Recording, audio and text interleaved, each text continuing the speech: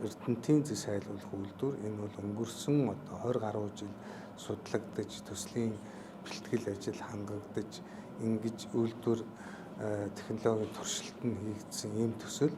Тэгэхээр энэ төсөл бол хамгийн хурдан хэрэгжихэд ойрхон байгаа төсөл. Энэ Эрдэнэтийн үйлдвэр технологийн паркийн одоо үндсэн үйлдвэр юм. Тэгээд энэ паркийн одоо дэд үтцийн бүтээн байгуулалт бол 90 гаруй хувьтай ингэж явж байна. За нөгөө хоёр анхаарах одоо бас гол төсөл бол нэгдлийн хэмжээнд Улаанбаатар хотын энэ төвчрлийг бууруулахад бас онцгой хөв нэмэртэй нэгдүгээр тойргийн энэ тойрог замын төсөл байгаа.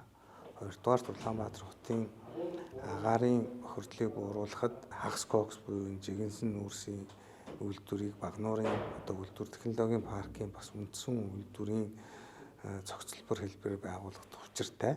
Тэгэхээр энэ гурван төсөл дээр бол бас онцгой анхаарч байна. За бусад мэдээж одоо 6 төслийн маань юу яригдж байгаа гэхээр зөөвч яваа ураны төсөл бол хөрөнгө оруулалтын гэрээ батлагдсан. За энэ Ашуун Сухайд ганц мод замын одоо төмөр замын холболтын төсөл бас гэрээ зурагдсан. Тэгэхээр эдгээр төслүүдийн маань бас бодит бүтээн байгуулалтын ажил их хурдцтай явна гэсэн юм хүлээлттэй байна.